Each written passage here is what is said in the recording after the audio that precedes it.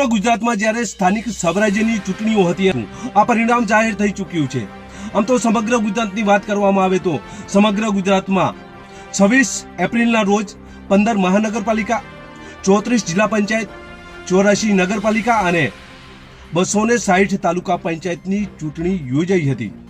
આ રાજ્યની જે ચૂંટણી યોજાઈ જેમાં ભારતીય જનતા પાર્ટી, કોંગ્રેસ અને આમ આદમી પાર્ટી વચ્ચે આ ત્રિપાંખીયો જંગ જોવા મળ્યો હતો। ત્યારે આજે રાધનપુરનું પણ પરિણામ આવ્યું। રાધનપુરમાં પણ તાલુકા પંચાયતની 18 બેઠકો હતી, જિલ્લા પંચાયતની 3 બેઠક અને નગરપાલિકાની 1 બેઠકનું પરિણામ આવ્યું, જેની આજે વાત કરવી છે। કાર ક્રાઇમ આવા ન્યૂઝમાં તમારું સ્વાગત છે અને હું છું તમારી સાથે તમારો નાનજી ઠાકોર। આમ તો ઘણા સમયથી ચૂંટણીઓ ચાલી રહી હતી સ્થાનિક સ્વરાજ્યની અને ભારતીય જનતા પાર્ટી હોય તો તેમના મજબૂત ઉમેદવારો તેમણે મેદાને ઉતાર્યા હતા। ત્યારે કોંગ્રેસ દ્વારા પણ આવું જ કરવામાં આવ્યું હતું। આમ આદમી પાર્ટીના કેટલાક ઉમેદવારો પણ મજબૂત ઉતારવામાં આવ્યા હતા। ત્રિપાંખીયો જંગ જોવા મળી રહ્યો હતો। કેટલીક જગ્યાએ ભારતીય જનતા પાર્ટી અને કોંગ્રેસ આમને સામને જોવા મળી રહ્યું હતું। એનું પરિણામ આજે આવી ગયું છે। રાધનપુર તાલુકા પંચાયત 18 સીટો હતી, જિલ્લા પંચાયતની 3 સીટો હતી અને 1 નગરપાલિકામાં પેટા ચૂંટણી યોજાઈ હતી અને જેનું પરિણામ આજે આવ્યું હતું। સવારના 9 વાગ્યાથી રાધનપુરથી મહેસાણા રોડ ઉપર આવેલ મોડર્ન સ્કૂલમાં આજે ગણતરી હતી અને ગણતરી સમયે લોકોની ભીડ પણ જોવા મળી હતી। ઉમેદવારો પણ આવ્યા હતા અને આ ગણતરી જોવા મળી હતી। ત્યારે પરિણામ ભારતીય જનતા પાર્ટી તરફ વધુ આવ્યું છે, કારણ કે ભારતીય જનતા પાર્ટીએ રાધનપુર તાલુકાની જે બેઠકો છે 18 એમાંથી 16 બેઠકો જીત મેળવી છે અને બહુમતીથી જીત હાંસિલ કરી છે। ત્યારે કોણ કોણ ઉમેદવારો જીત્યા છે તેના ઉપર રાધનપુર તાલુકા પંચાયતની 18 સીટોની જે ઉમેદવારી યાદી છે તે જોઈએ તો અગીચાણા સામાન્ય સીટ હતી, જેમાંથી ભારતીય જનતા પાર્ટીમાંથી સુરેશભાઈ ઠાકોર હતા, દશરથભાઈ ઠાકોર કોંગ્રેસમાંથી હતા અને આમ આદમી પાર્ટીમાંથી જયંતિભાઈ ઠાકોર હતા। અરજણસરની વાત કરવામાં આવે તો સામાન્ય સીટ હતી, જેમાંથી રમેશભાઈ પરમાર ભારતીય જનતા પાર્ટીમાંથી હતા, નરેન્દ્રભાઈ સોલંકી કોંગ્રેસમાંથી હતા અને બંધવણની વાત કરવામાં આવે તો સામાન્ય મહિલાની આ સીટ હતી, જેમાંથી ભારતીય જનતા પાર્ટીમાંથી જસીબેન ઠાકોર હતા અને કોંગ્રેસમાંથી પુરીબેન ઠાકોર હતા અને આમ આદમી પાર્ટીમાંથી નર્મદાબેન ઠાકોર હતા। ભિલોટની વાત કરવામાં આવે તો ભિલોટમાં આ સીટ બિનહરીફ જાહેર કરવામાં આવી હતી। ચલવાડાની વાત કરવામાં આવે તો ઓબીસી મહિલાની આ સીટ હતી, જેમાંથી સરદાબેન ઠાકોર હતા ભારતીય જનતા પાર્ટીમાંથી, તો કોંગ્રેસમાંથી ગીતાબેન ઠાકોર હતા। છાણિયાથળ તાલુકા પંચાયતની સીટ 1ની વાત કરવામાં આવે તો ત્યાં પણ બિનહરીફ જાહેર કરવામાં આવી હતી।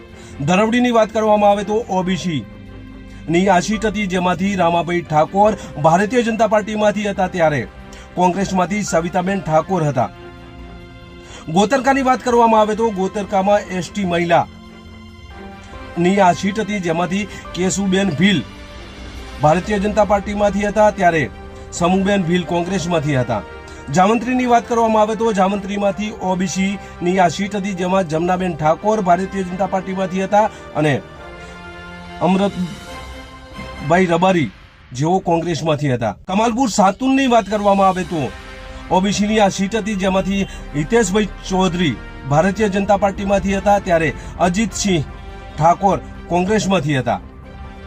કામલપુર ધરવડીની વાત કરવામાં આવે તો સામાન્ય સીટ હતી, જેમાંથી શૈલેષભાઈ કોલી આ સીટ ઉપરથી ભારતીય જનતા પાર્ટીમાંથી હતા, જ્યારે તખાજી ઠાકોર કોંગ્રેસમાંથી હતા। મસાલીની વાત કરવામાં આવે તો સામાન્ય મહિલાની આ સીટ હતી, જેમાંથી ભારતીય જનતા પાર્ટીમાંથી તારાબેન ઠાકોર હતા અને કોંગ્રેસમાંથી સવિતાબેન ચાવડા હતા, ત્યારે આમ આદમી પાર્ટીમાંથી પાનીબેન મકવાણા ઉમેદવારી તરીકે અહીંયા ફોર્મ ભર્યું હતું। મહેમદાવાદની વાત કરવામાં આવે તો સામાન્ય સીટ હતી અને દક્ષાબેન ઠાકોર હતા ભારતીય જનતા પાર્ટીમાંથી, તો કોંગ્રેસમાંથી કરશનભાઈ ઠાકોર હતા।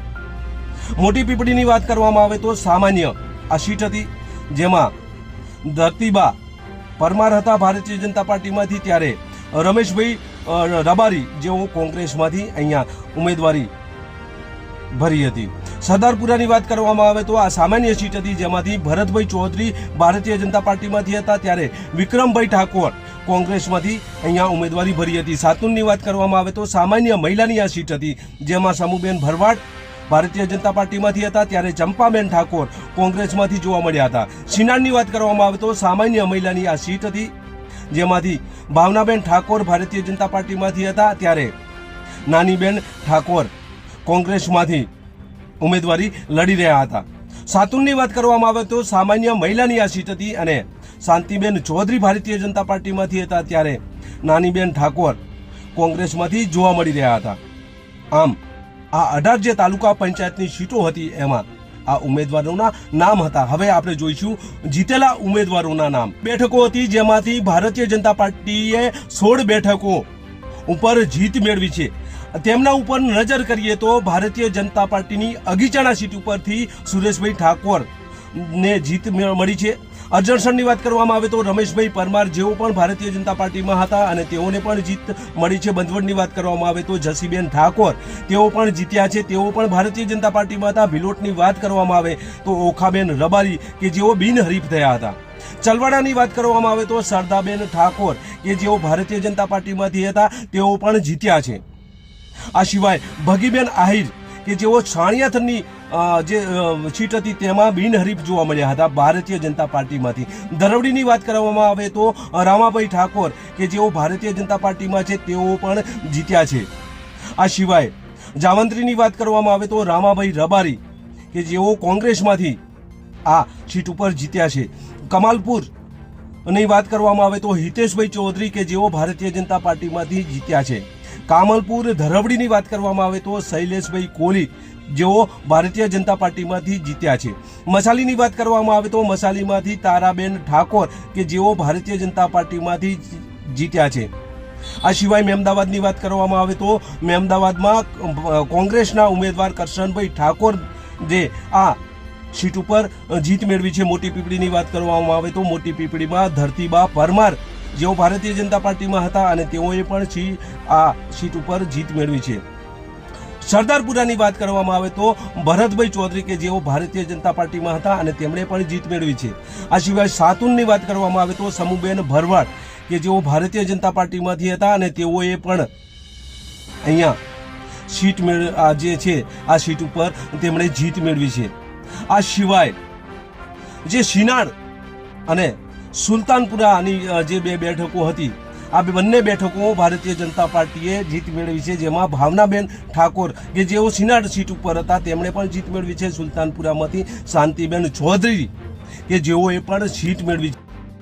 રાધનપુર નગરપાલિકાની પેટા ચૂંટણી હતી વોર્ડ નંબર 2ની, જેમાંથી ભારતીય જનતા પાર્ટીમાંથી ઉમેદવાર તરીકે રતિલાલ કે ઠાકોરને અહીંયા ઉમેદવાર તરીકે ભારતીય જનતા પાર્ટીએ મોકલ્યા હતા ત્યારે કોંગ્રેસ દ્વારા શંકરભાઈ મોતીભાઈ છે તેમને કોંગ્રેસમાંથી ઉમેદવાર તરીકે ત્યાં મોકલ્યા હતા. પરંતુ આ બંને વચ્ચે જંગ જામ્યો હતો અને ભારતીય જનતા પાર્ટીના રતિલાલ ઠાકોરની જીત અહીંયા જોવા મળી હતી. ત્યારે પાટણ જિલ્લાની આ રાધનપુર સીટ ઉપર બહુમતી ભારતીય જનતા પાર્ટીની જોવા મળી રહી છે. બસ જ જો તમે અમારી ચેનલમાં નવા છો અને આવા લેટેસ્ટ ન્યૂઝ જોવા માંગો છો તો અમારી ચેનલને અત્યારે સબસ્ક્રાઇબ કરો, જેથી આવનાર લેટેસ્ટ ન્યૂઝ તમારા સુધી પહોંચી શકે. નમસ્કાર.